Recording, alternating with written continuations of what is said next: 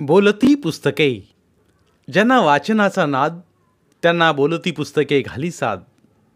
आमचं channel subscribe करा आणि सबस्क्राईब करायला इतरांनाही सांगा. नमस्कार श्रोते मित्र हो, बोलती पुस्तके सादर करीत आहे लेखिका शुभांगी भडबडे लिखित कादंबरी मृत्युंजयाचा आत्मयज्ञ. प्रकरण 11. सकल जगामधी छान आमचा प्रियकर हिंदुस्तान. पुण्यभूमी तू, पितृभूमी तू, तू आमचा अभिमान. तात्यांनी कविता म्हटली आणि मराठी भाषा न समजणाऱ्यांनाही त्या कवितेचा अर्थ कळला. सर्वांनी टाळ्या वाजवल्या. कॅक्स्टन सभागृहात गुरु गोविंद सिंहाचा जन्मोत्सव साजरा होत होता.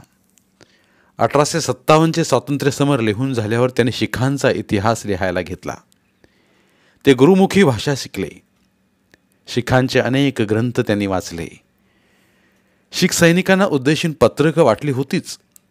शीख हा संप्रदाय एकनिष्ठ असलेला असल्याने त्यांना ह्या क्रांतीसम्राट सामावून घेणं हा महत्त्वाचा उद्देश त्यामागे होता आणि त्याच निमित्ताने त्यांचा जन्मोत्सव साजरा केला जात होता. गोविंद सिंह शिखांचे 10वे गुरु. गुरु साहिब हा ग्रंथ लिहून त्याने आदेश दिला की सब सिखन को हुकुम है गुरु मान्यो ग्रंथ. खालसा पंथाची स्थापना केली. त्यांना 4 पुत्र होते. तेही धर्मप्रसारक आणि शस्त्रधारी होते. तात्या बोलत होते गुरु गोविंद सिंहांबद्दल.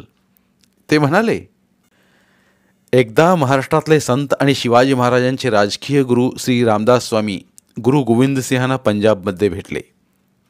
घोड्यावर स्वार, मागे 10 रक्षक, हातात कट्यार. ते पाहून रामदास स्वामींना प्रश्न पडला, हे सैन्य अश्वारूढ गुरु गोविंद सिंह राजवेशात, यांना संत का म्हणावं? न राहून भेटीत त्यांनी त्यांना विचारलंच. तेव्हा गुरु गोविंद सिंह म्हणाले, संत म्हणजे फकीर. त्याचा वेश, वृत्ती याबद्दल लोकांची एक धारणा आहे. आज भारत देशात मुस्लिमांचं राज्य आहे. आपल्या डोळ्यांसमोर आया बहिणींची विटंबना होते. शेतकऱ्यांची शेतं जाळली जातात. अशावेळी संताला स्वसंरक्षणही करता येत नाही. तो दुसऱ्याचं काय करणार? म्हणून मी या वेशात असतो. हे वाक्य ऐकताच रामदास स्वामींना उद्देश मनोमन पटला. त्यानंतर रामदास स्वामींनी आपल्या कुबडीत गुत्ती ठेवली. तात्पर्य, मित्रांनो, सर सलामत तो पगडी 50 हेच सत्य आहे. गुरु गोविंद सिंहांनी आपल्या सेनेसह 14 युद्ध केली. अनेक स्त्रियांची अब्रू वाचवली. गुरु गोविंद सिंहांनी स्वतःच्या ध्वजावर देग, तेग, फत्ते या शब्दांचा अर्थ सांगितला. देग म्हणजे तत्व, आचारसंहिता. तेग म्हणजे तलवार, शौर्याचं प्रतीक. आणि फत्ते म्हणजे विजय, तलवार चालवण्याचं तत्व. ती विचारधारा अंमलात आणली तरच विजय संभवतो. त्यांनी आपला संपूर्ण परिवार समर्पित केला देशासाठी. ते स्वतःही एक लेखक, मौलिक चिंतक, संस्कृत आणि अनेक भाषा त्यांना अवगत होत्या. अनेक ग्रंथांचं लेखन त्यांनी केलं. विद्वानांचा सन्मान करत त्यांच्या दरबारात बाबन प्रसिद्ध कवी होते. त्यांना संत सिपाही असंही म्हणत असत. तर अशा या क्रांतिकारी लेखक संत असल्या गुरु गोविंद सिंहांपासून आपल्याला अनेक गोष्टी आत्मसात करता येतात. नुकताच 16 ऑक्टोबरला वंगबंध दिन घेण्यात आला निषेध करण्यासाठी. त्या सभेत लाला लजपतराय अध्यक्ष होते. लाल, बाल, पाल ही नावं त्यावेळी राजकीय क्षेत्रात खळबळ माजवणारी होती. त्यापैकी लाला लजपतराय हे नाव पंजाबचे रहिवाशी, भारतातले राजकारणी आणि लेखक म्हणून आदरणीय होतं आणि स्वातंत्र्यासाठी अहर्निश झटणाऱ्यांच्या यादीत अग्रक्रमाने होतं. त्यांना लोक आदराने पंजाब केसरी म्हणत असत. हिंदुत्वावर प्रगाढ विश्वास. भारतीय राष्ट्रीय काँग्रेसमध्ये सहभागी झाल्यावर पंजाबमधल्या राजकीय निदर्शनात भाग घेतल्याने त्यांना अटक करण्यात येऊन मंडालेच्या राजगृहात टाकलं. परंतु कुठलाच आरोप सिद्ध न झाल्याने ते मुक्त झाले होते आणि लंडनला आले. ते फ्री इंडिया सोसायटीचे सदस्य झाले. कॅक्स्टन हॉलमध्येच पहिली सभा गुरु गोविंद सिंहांच्या जन्मोत्सवानिमित्त तर काहीच वेळात दुसरी सभा आयोजित होती. त्यात पंजाबचे लाला लजपतराय, दादासाहेब खोपरडे हे महाराष्ट्रातल्या वराड प्रांतातले, करंदीकर बंगालचे बिपिनचंद्र पाल आणि तात्या होते. सभा नेहमीच्याच उत्साहात आणि नवीन क्रांतिकारी योजनांनी परिपूर्ण होती. मॅडम कामाही यावेळी उपस्थित होत्या. सभेच्या नंतर झालेल्या अनौपचारिक चर्चेत त्या म्हणाल्या, नुसत्या योजना करून चालत नाही, त्या कार्यान्वित कराव्या लागतात. आज तरी ही क्रांतीची बीजं आपण भूमीत पेरतो आहोत. त्याला अंकुरण्यासाठी सातत्याचे पाणी घालण्याची आवश्यकता आहे. आणि पाणी इतकंही नको की पाण्यानेच बीजं नष्ट होतील. संधीची प्रतीक्षा करा. परंतु सावरकर म्हणतात त्याप्रमाणे संधीने दार ठोठावलं की लगेच दार उघडा. सर्वांचाच तात्यांच्या उत्स्फूर्त कार्यावर, तेजस्वी शब्दावर आणि प्रामाणिक मनावर विश्वास होता. प्रत्येकाला आता बॉम्ब हवा होता अशी घाई झाली होती. बॉम्ब निर्मिती प्रक्रिया पूर्णतः अवगत झाली नव्हती. विचारांनी तात्या अस्वस्थ झाले होते. शस्त्र टाकून स्वस्थ बसावं अर्जुनासारखं असं त्यांना वाटलं. संध्याकाळी ते परतले तेव्हा जेवणाचीही त्यांना इच्छा उरली नव्हती. इतके ते थकले होते. ते अंथरुणावर पडले. 1857चं स्वातंत्र्य समर आणि शिखांचा इतिहास लिहून झाला. शीख सैन्यात पत्रकं वाटून झाली. आता बॉम्ब निर्मिती प्रक्रिया जाणून घ्यायची होती. दिवस अगदी वायुगतीने पळत होते. 1906ला ते लंडनला आले होते. पाहता पाहता 1909 साल उजाडलं होतं. आता लवकरच बॅरिस्टरची पदवी घेऊन परतावं लागेल. तत्पूर्वी प्रचंड कार्य फ्री इंडियासाठी बाकी आहेत. जमवलेला क्रांतिकारकांचा गोतावळा एका ध्येयात बांधला तरी त्याचा उपयोग भारतभूमीच्या स्वातंत्र्यासाठी करायचा आहे आणि तो कसा करता येईल ह्याच विचाराने ते अस्वस्थ झाले होते. हे भारत माते, तुझ्या स्वातंत्र्यासाठी आम्ही प्रतिज्ञाबद्ध असलो तरी अजून नेमकं हाती येत नाही. केवळ बीजं पेरून चालत नाही ना, उठाव करावा लागतो. तो उठाव कसा करावा? हातात तर शस्त्र नाही. अकारण मृत्यू नकोय. तुझ्यासाठी जगावं, तुझ्यासाठी मरावं, यात आमचा विजय आहे. माते, जे जे सुचेल ते करतो आहे, परंतु ते सारं अपुरं आहे. खूप खूप अपुरं आहे. त्यांचं मस्तक आता थाडथाड उडतंय असं त्यांना वाटलं. कसंबसं उठून त्यांनी पाणी घेतलं. अंगात दाह होतोय. हातपाय गळालेत. आपण शक्तिहीन झालोत असं त्यांना वाटलं. नाशिकला असताना असंच घडलं तेव्हा बाबा होते. ते म्हणाले, विनायका, शरीराचा दाह थंड पाण्याच्या स्नानाने जाईल, परंतु मनाचा दाह जाणं कठीण आहे. तरी तुझ्या मस्तकावर तुझ्या वहिनीने दिलेली सूंठ उगाळून लेप लावतो आणि तुला काढा करून देतो. आलं, गवती चहा आणि तुळशीच्या पानांचा. परंतु बाबा, त्यात खडीसाखर घाला, नाहीतर नाही पिणार मी. बरं बरं, तसं करतो. मस्तकावर सुंठीचा लेप आणि तयार केलेला काढा प्यायल्यावर तात्यांना झोप लागली होती. मध्येच जाग आली तेव्हा बाबा त्यांच्या मस्तकावर हात ठेवून जागेच होते. तो प्रसंग आठवल्यावर ते मनोमन म्हणाले, बाबा, ह्या विनायकाचा तात्या झाला. सभेतून विद्वत्तपूर्ण भाषणं देतो. मोठा लेखकही झाला. परंतु आज तुमचा हात आमच्यापासून शेकडो मैल दूर आहे. बाबा, आम्ही इथे अगदी एकटे आहोत, तुमच्या आणि येसू वहिनी विना. विनायका, तू तात्या झालास, परंतु आमच्यासाठी तू विनायकच आहेस. आणि तुला विस्मरण झालं की काय? अरे, माईसारखी शालीन पत्नी आणि लोभस प्रभाकर आहे तुला. खरं आहे, परंतु दुखलं खुपलं की आई आणि बापच आठवतात ना. आम्ही आहोतच रे, आहोतच सदैव तुझ्यासाठी. तुझेच आहोत बाळ, आणि तुझ्या विना कोण आहे आमचं? हे बोलत असताना माईने प्रवेश केला.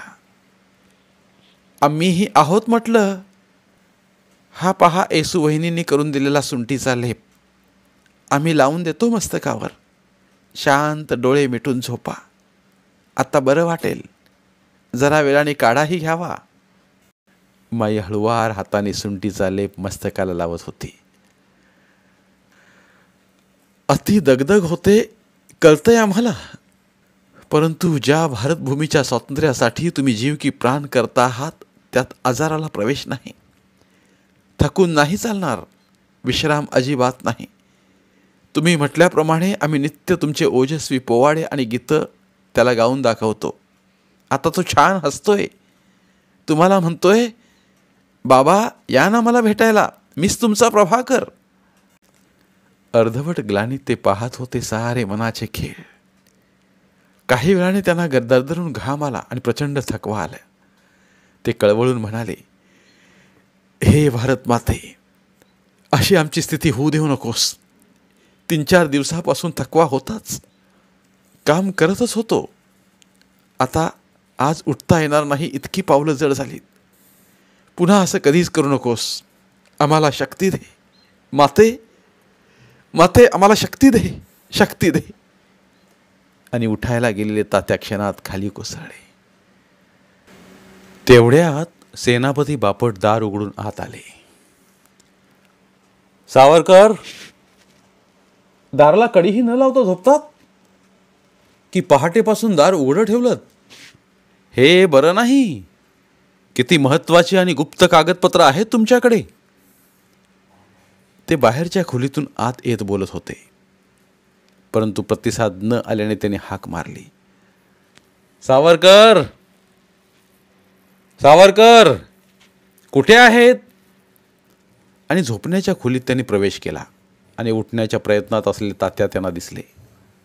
त्यांनी धावत जाऊन त्यांना वर उठण्यास मदत केली. त्यांच्या अंगाला हात लावता चटका बसला.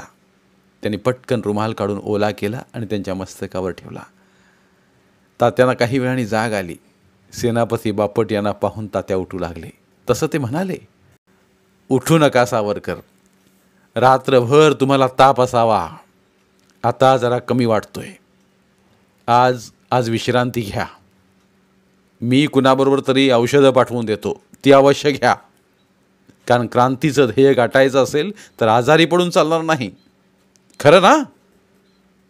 तात्याने होकारार्थी मान हलवली आणि विचारलं, आज सकाळीच येण्याचं प्रयोजन?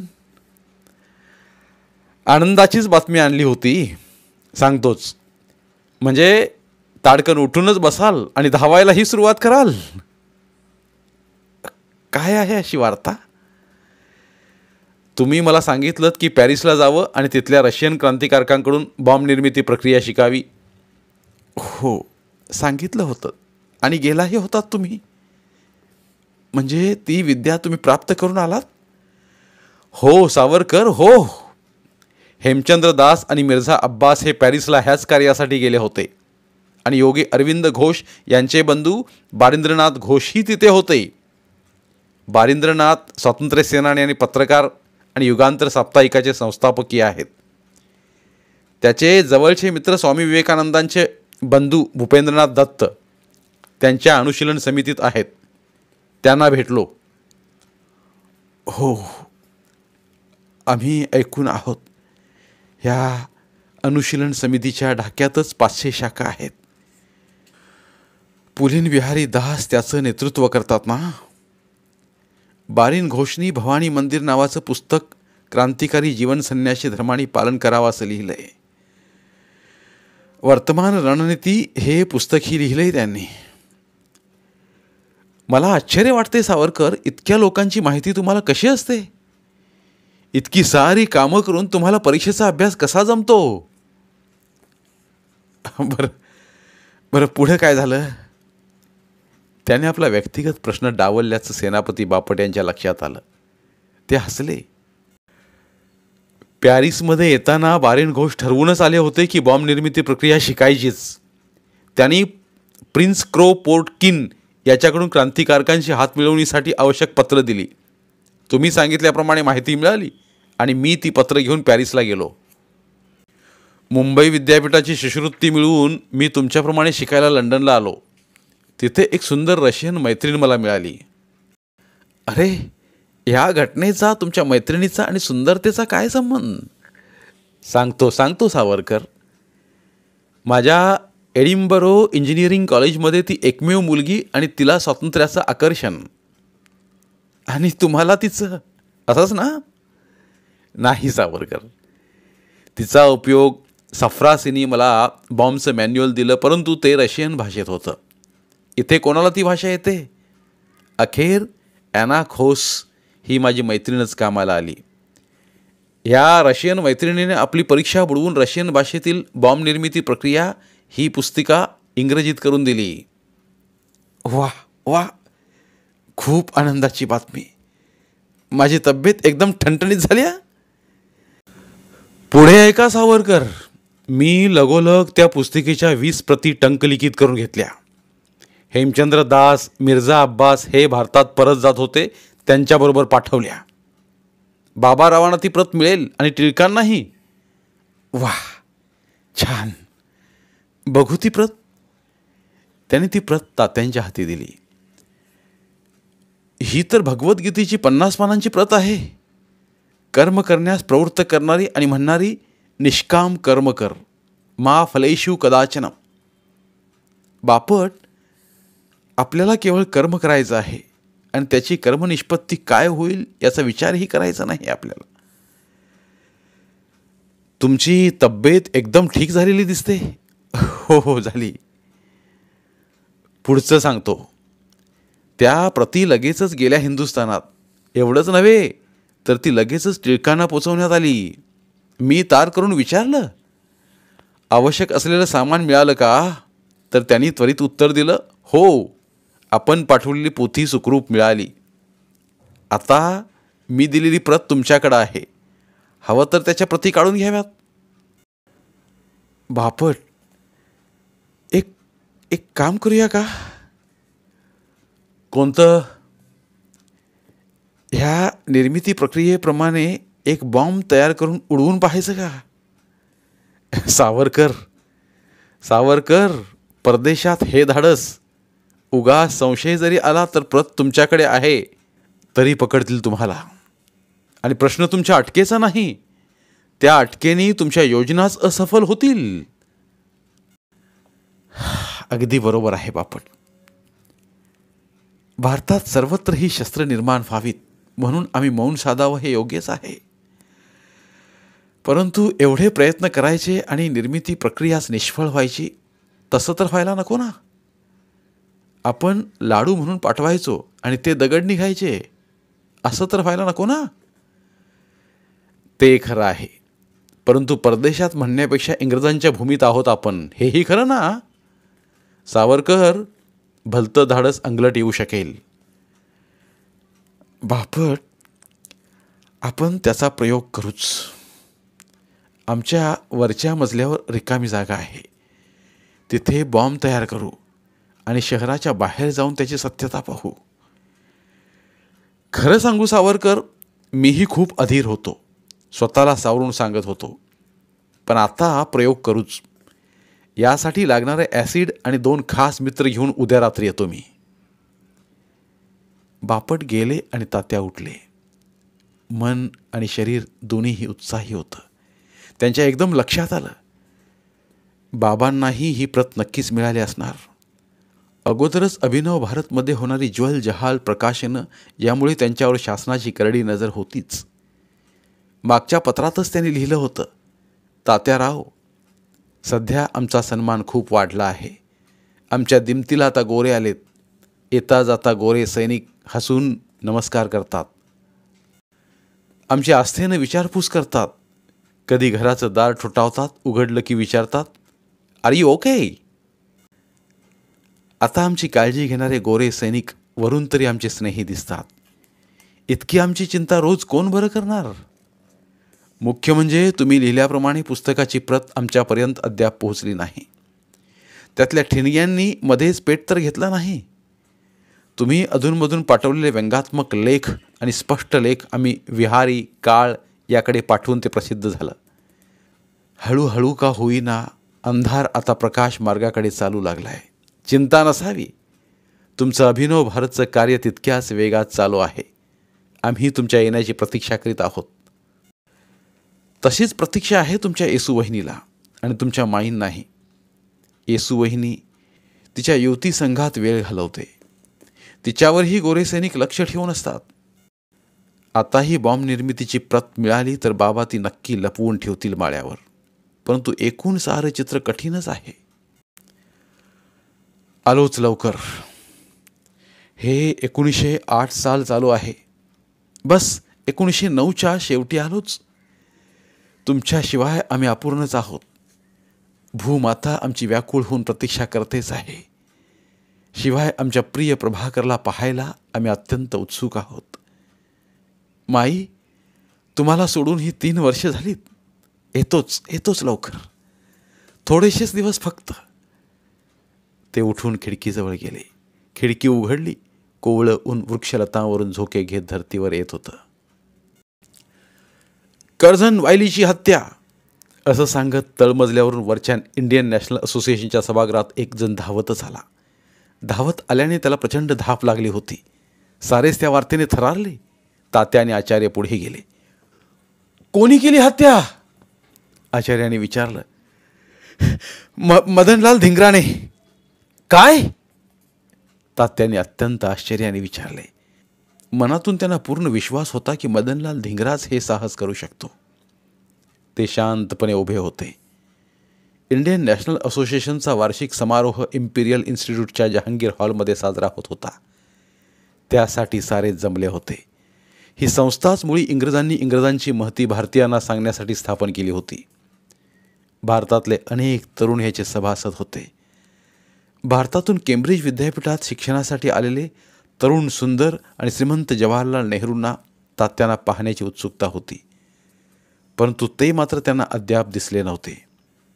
आणि त्यांना गर्दीत शोधत असतानाच ही वार्ता आली. त्यांच्यासोबत असले आचार्य भयभीत झाले होते. ते म्हणाले, सावरकर, तुम्ही एवढे शांत का? कारण मदनलाल सारख्या तरुणाकडून हे घडणारच होतं. कशावरून? अभिनव भारत ह्या आपल्या संस्थेतून बाहेर पडण्याचा त्याचा उद्देश आमच्या लक्षात आला होता. पण आजच्या समारंभाचे अध्यक्ष कर्झन वायली खाली तळघरात ठेवला ओव्हरकोट आणण्यासाठी खाली जातो म्हणाले, तेव्हा मदनलाल त्यांच्या मागं गेल्याचं आम्ही पाहिलं. नेहमी शस्त्रसज्ज असलेल्या ह्या तरुणाने ही संधी साधली असावी हे स्पष्ट झाले. खालून वार्ता घेऊन येणारा वार्ताहर सांगत होता, मदनलाल धिंगराजवळ 2 रिव्हॉल्वर, 1 खंजीर आणि 1 सुरा होता. कर्झन वायली तळघरातला ओव्हरकोट घेत असताना मदनलालनी त्याच्यावर 4 गोळ्या एकामागोमाग मारल्या. तेवढ्यात डॉक्टर कावसलाल तिकडे धावले. त्यांनाही गोळी मारण्यात आली आणि स्वतःवर गोळी मारून घेणार एवढ्यात प्रोबिनने पुढे जाऊन त्याचा हात पकडला. त्याच्या हातातलं रिव्हॉल्वर काढून घेत मदन मोहन सिंग या हिंदी तरुणाने त्याला जमिनीवर पाडलं. तेव्हा मदनलाल म्हणाला, प्लीज चष्मा तर दे माझा, पलीकडे पडलेला. सभागृहात एकच गोंधळ झाला. प्रत्येकाची मतं वेगळी होती. एक तरुण म्हणाला, 19 वर्ष हे काय वायलीला मारण्याचं मदनलालचं वय आहे? त्याने घोर अन्याय केलाय. त्याला फाशीच हवी. तात्यांना प्रचंड संताप आला होता त्या भारतीयाचा. परंतु त्यांनी तो आवरला. कर्झन वायली रक्ताच्या थरोळ्यात होते. कावसलाल काकांना दवाखान्यात नेत होते. सभा रद्द झाली होती. झालेला गोंधळही शांत झाला होता, कारण मदनलाल धिंगराला अटक करून नेत होता आणि तो अतीव प्रसन्नतेने वंदे भारत म्हणत होता. जाता जाता त्याने तात्यांकडे हसत बघितलं. ते मनातून उमजले, परंतु वरकरणी शांत राहिले. आचार्यांसह ते आपल्या खोलीत परतले. तेव्हा मात्र तात्या म्हणाले, आमच्या मनात येत होतं तेच घडलं. सर विल्यम हट कर्झन वायली हा भारतीय सेनापती ब्रिटिश शासनात होता. त्याचवेळी त्याने बंगाल भारतापासून तोडला म्हणून जनक्षोभ उसळला आणि ब्रिटिश व्हाईसरायने त्याची तात्काळ बदली केली लंडनमध्ये. हैदराबाद आणि बडोदा ह्या संस्थानात रेसिडेंट होता. कर्झन वायलीचा बंगाल फाळणीत हात होता हे माहीत नव्हतं. आचार्य, तुला सांगतो, हा मदनलाल अभिनव भारताचा सदस्य ज्या दिवशी झाला त्याच दिवशी म्हणाला होता, बंगाल भारतापासून वेगळा करण्यात ज्यांचे ज्यांचे हात असतील ते माझ्या हातून जिवंत सुटणार नाहीत. पाहात सावरकर तुम्ही. म्हणजे म्हटल्याप्रमाणे केलं तर त्याने. खूप सहनशील, संयमी आणि मिश्किल, तसाच प्रचंड स्वातंत्र्यभक्त आहे तो. म्हणूनच हे कार्य करू शकला. प्रचंड धैर्य आणि प्रचंड क्रोधच असं घडवू शकतो. परंतु सावरकर, फारच कोवळं वय आहे त्याचं. उद्या त्याला आचार्य बोलले नाहीत तरी तात्यांना त्यांना काय म्हणायचं ते कळलं. ते म्हणाले, यज्ञात समिधा टाकूनच यज्ञ प्रज्वलित होतो ना. ब्रिटिशांच्या प्रचंड राजवटीशी सामना करणं सहज का आहे आचार्य? दोघंही खूप वेळ बसून होते. आता निघतो सावरकर, परंतु मनाला क्लेश झालेत पाहून ऐकून. आचार्य गेल्यावरही तात्या खुर्चीतच बसून होते. ह्या स्वातंत्र्यासाठीच्या यज्ञात किती समिधा टाकाव्या लागणार आहेत आणि किती वर्ष, हे केवळ नियतीच जाणे, ते मनोमन म्हणाले. त्यांना आठवला मदनलाल, केवळ 19 वर्षांचा, गोरा, देखना, सुदृढ शरीरयष्टीचा पंजाबी तरुण. एक दिवस काही तरुणांबरोबर तो इंडिया हाऊसमध्ये आला होता. आप ही सावरकर हो? त्याने विचारलं. का बरं? ना जी, आप गलत मत समझिए, हमें लगा था अब बहुत तगड़े होंगे. तात्या प्रसन्न हसत म्हणाले. मुंगी लहान असते, परंतु हत्तीच्या कानात गेली तर त्याची अस्वस्थता इतकी वाढते की. तात्यांनी आपलं वाक्य अर्धवट सोडलं.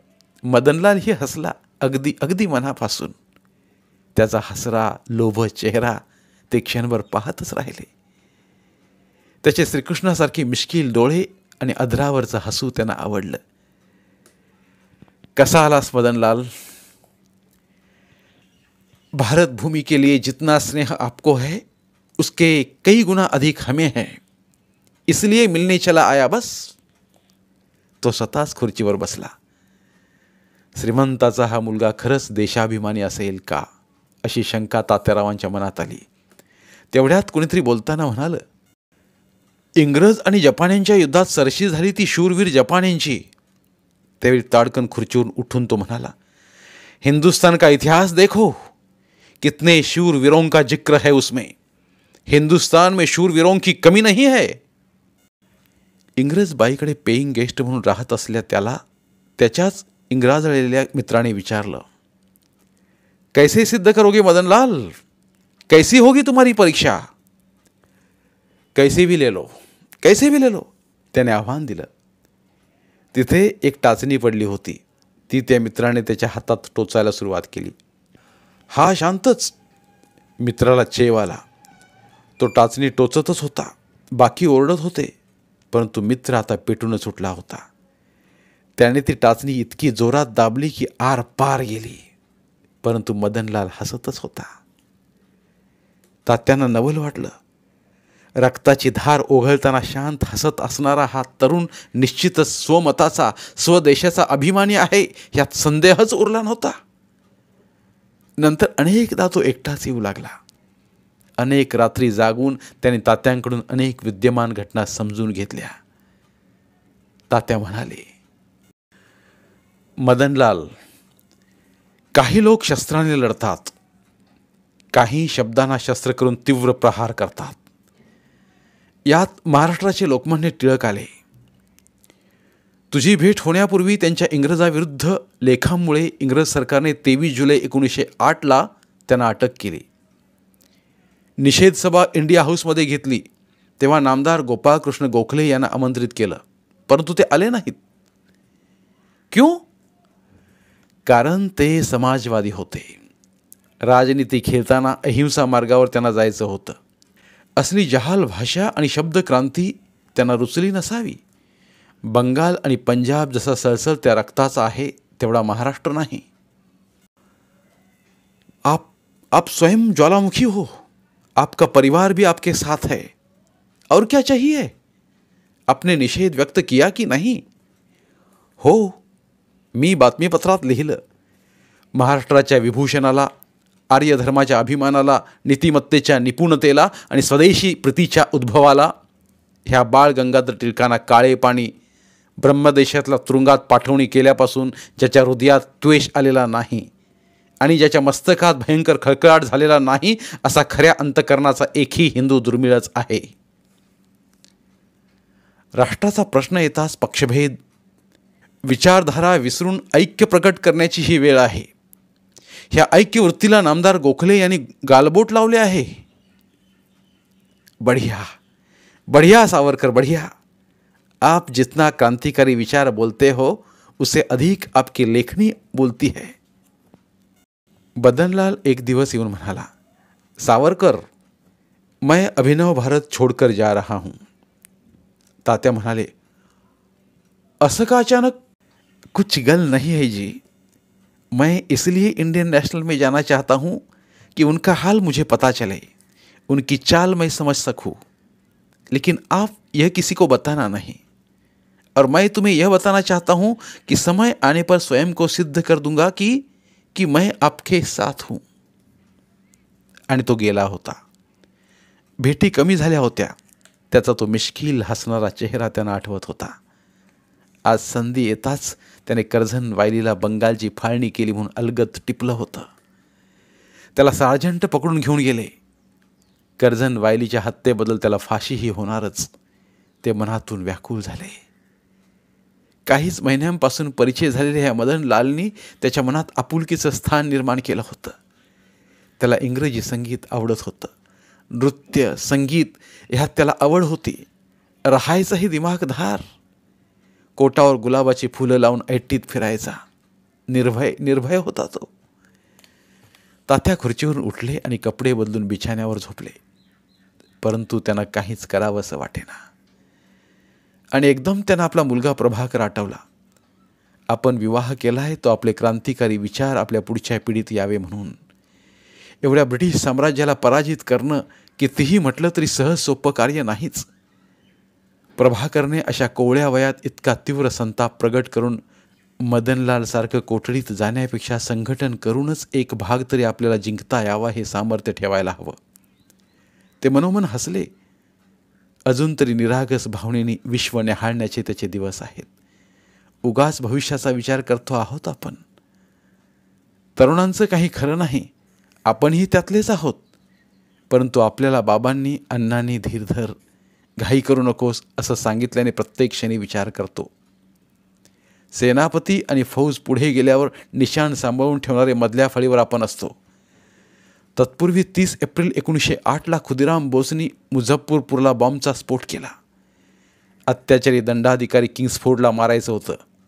ऐनवेळी तो वाकला आणि त्याच्या बाजूला असलेल्या 2 इंग्रज स्त्रिया बळी पडल्या। त्यामुळे सावध झालेल्या ब्रिटिश शासनाने हिंदुस्थानातल्या या घटनेची नोंद घेत अनेक वृत्तपत्रांचे संपादक, पुढारी आणि ज्या भागात जे क्रांतिकारी गट होते त्यांना शिक्षा झाल्या। खुदिराम बोसचे सहकारी प्रफुल्ल चक्रवर्तीने स्वतःवर गोळी झाडून घेतली। माणिकतोळा बॉम्ब प्रकरण ही हिंदुस्थानात गाजत होतं। सेनापती बापट यांनी हिंदुस्थानात अनेक ठिकाणी जाऊन पत्रकं दिली, तसंच त्यांनी ती विद्याही शिकवली। बरिंद्रनाथ घोष, उल्हासकर दत्त आणि इंद्रभूषण राय अशाने ती विद्या हस्तगत करून बॉम्ब तयार केले। या स्फोटाचे आद्य प्रवर्तक नरेंद्र गोस्वामी होते। अनुशीलन समितीने मग इंग्रजांवर बॉम्ब सत्र सुरू केलं। त्यातही कन्हैयालाल दत्त या 18 वर्षाच्या युवकाला फाशी दिली, तर अनेकांना अंदमानात काळ्या पाण्यावर राहण्याची शिक्षा दिली। हे सारं ऐकल्यावर तात्याराव अत्यंत व्यथित झाले होते।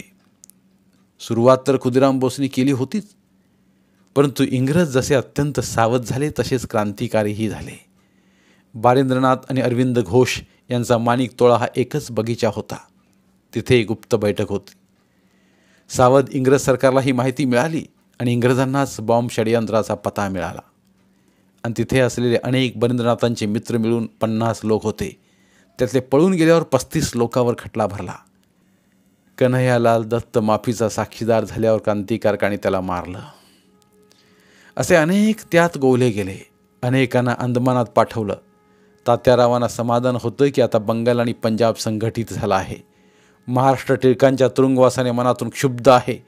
एक प्रकारे हा संकेतच आहे उठावाचा। इंग्रज सावध झाले याचा अर्थ हिंदू सक्रिय झालेत असाच तर होतो। रात्र झाली तरी झोप येईना। तेव्हा प्रथम त्यांना वाटलं आपण अधिकच विचार करतोय, त्यामुळे झोपेला माघार घ्यावी लागते। परंतु पोटात जेव्हा आग पडली तेव्हा त्यांच्या लक्षात आलं, सकाळी चहा बिस्किटं खाऊन आपण सभेला गेलो, त्यानंतर काहीही खाल्लं नाही आपण।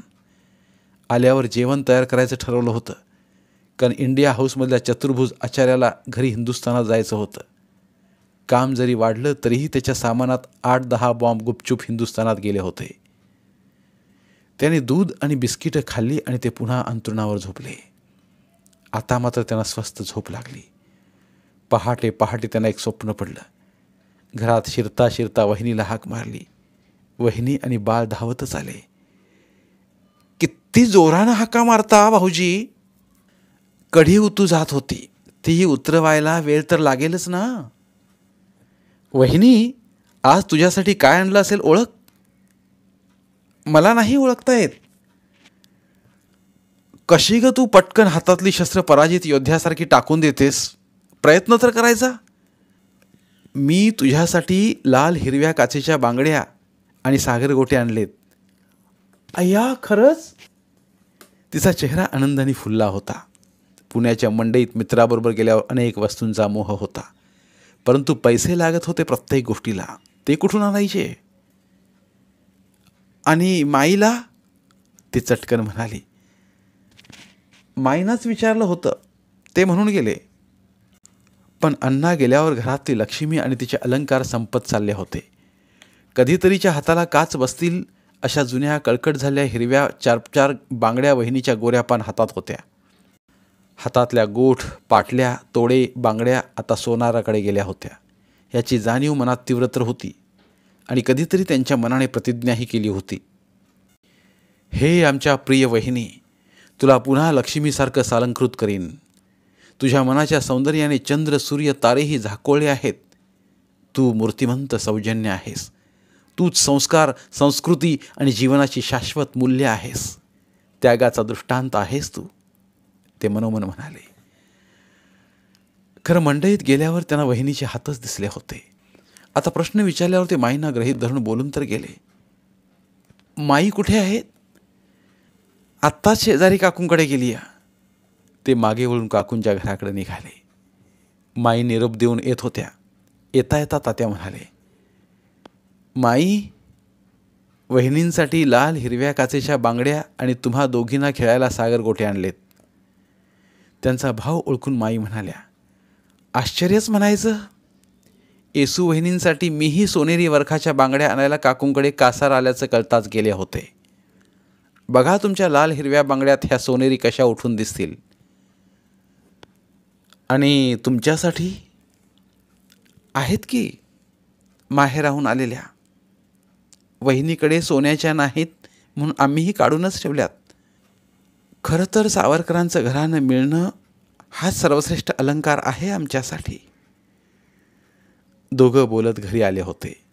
आज वहिनीचा चेहरा अति आनंदाने फुललेला बघून बाबा आश्चर्याने म्हणाले, तात्या, तुम्ही येणं म्हणजेच आनंद पर्वणी असते तुमच्या वहिनीसाठी. प्रत्येक गोष्ट करताना ही भाऊजींना खूप आवडते म्हणत असते. काही करायला सांगितलं की भाऊजी आल्यावर करेन असं म्हणते. बोलता बोलता जेवायची वेळ झाली होती. बाबा त्यांना आपल्या खोलीत घेऊन गेले आणि दार लावून घेत म्हणाले, देशात सशस्त्र क्रांतीचा उठाव होतोय. बघ, खुदिराम गेला, मदनलालही. आणि एकदम त्यांना जाग आली. मदनलालला अटक झाली होती. स्वप्नात भगूरच्या वाड्यात जाऊन आलो आणि स्वप्नाने सत्यस्थितीची जाणीवही दिली. खरंच मनाची गती, मनाचा आशय, मनाची खोली आणि उंची समजणं कठीणच. कुठून कुठे जातं मन? आकाशात, पाताळात, विश्वात आणि दशदिशातून धावतं आणि परत येतं ते वर्तमानातच. ते उठले. त्यांनी खिडक्या उघडल्या. घाईघाईने बाहेरच प्रतीक्षा करत असलेला वारा एकदम आत आला. सकाळची किरणं हलकेच विचारत होती, येऊ आत? तात्या प्रसन्न हसले. स्वप्नात ते सर्वांना भेटून आले होते आणि काचेच्या लाल हिरव्या सोनेरी बांगड्या आणि वहिनीचा प्रसन्न चेहरा त्यांना आठवला आणि आनंदाची एक लहर रोमारोमातून लहरत गेली. देशात आणि परदेशात क्रांतीचा वाढता उठाव पाहून इंडिया हाऊसवर पोलिसांचा जास्तीच पहारा तात्यांना त्रासदायक वाटू लागला. जेव्हा तिथं राहणं अशक्य झालं तेव्हा ते निरंजन पालच्या आग्रहावरून त्याच्या घरी राहू लागले. पण अति धावपळ, खाण्याचे हाल यामुळे असेल, पण तात्या आजारी झाले. ही वार्ता कळताच मॅडम कामा सरदार सिंग यांच्या आग्रहाच्या बोलावण्यानुसार तात्या निरंजनसह पॅरिसला गेले. धन्यवाद. उर्वरित कादंबरी पुढील भागात. धन्यवाद. बोलती पुस्तके श्रोते मित्रांसाठी मराठी साहित्याचा खजिना फक्त 59 रुपयात. फक्त 59 रुपये माफक फी भरून आमच्या साहित्यरत्न या चॅनलचे सभासद व्हा व भरपूर मराठी ऑडिओ बुक्सचा आस्वाद घ्या.